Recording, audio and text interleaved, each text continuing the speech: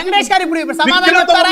మీరు అన్నారు కదా చిరంజీవి గారు ఆ రోజు స్పందిస్తే హుందాగా ఉండేదని. సో అసెంబ్లీ వేదికగా జరిగింది కాబట్టి ఒక ఎమ్మెల్యే అందులోనూ బాలకృష్ణ గారు మాట్లాడారు కాబట్టి ఆయన స్పందించారు. సో ఎవరో దారిని పోయే వాళ్ళు మాట్లాడిన ప్రతి మాటకి కూడా చిరంజీవి గారు స్పందిస్తే కూర్చుంటారా? చెప్పండి. కరెక్ట్ గా చెప్పారు. ఎవరండి దారిని పోయేవాడు? ఆయన తమ్ముడా దారిని పోయేవాడు? లేకపోతే ఇప్పుడున్నటువంటి ముఖ్యమంత్రి? వీళ్ళిద్దరు కదా మాట్లాడింది. వీళ్ళిద్దరు మాట్లాడిన దానికి ఈ రాష్ట్రంలో ఒక్క నిమిషం కాదే గారు, ఈ రాష్ట్రంలో ముఖ్యమంత్రి అవ్వగలిగేటువంటి సత్తా ఉన్నటువంటి ఒక నాయకుడు చిరంజీవి. అంతటి శక్తి ఉన్నటువంటి నాయకుడు పార్టీని నడిపి 100 మంది బీసీలని అసెంబ్లీ వైపు నడిపిస్తానని చెప్పి వాళ్ళందరికీ సీట్లు ఇచ్చినటువంటి ఏకైక పార్టీ ఈ రోజు వరకు ఈ ఉభయ తెలుగు రాష్ట్రాలు.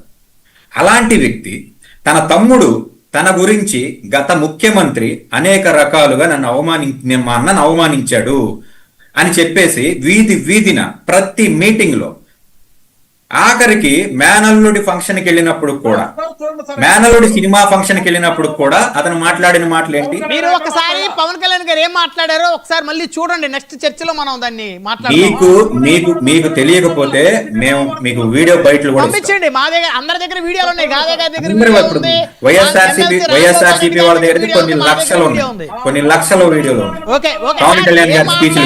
పవన్ కళ్యాణ్ గారు అనేది అంటే ఊరుగోండి బ్రహ్మనాయుడు గారు ఉన్నట్టు మాట్లాడాలా? బ్రహ్మనాయుడు గారు ఇదే బాలకృష్ణ పిచ్చవాగుడు వాగితే నందమూరి అభిమానులు చిరంజీవి గారి ఇంటి ముందుకు వెళ్లి నిరాహార దీక్ష చేస్తాము, లేకపోతే తెలంగాణ అభిమానులు తెలంగాణకు సంబంధించి హైదరాబాద్ ని యూనియన్ టెరిటరీ చేయాలన్నప్పుడు అక్కడ ఉన్నటువంటి వ్యక్తుల్లో మీరు కూడా ఒకళ్ళు కదా చిరంజీవి గారి గేటు దగ్గర.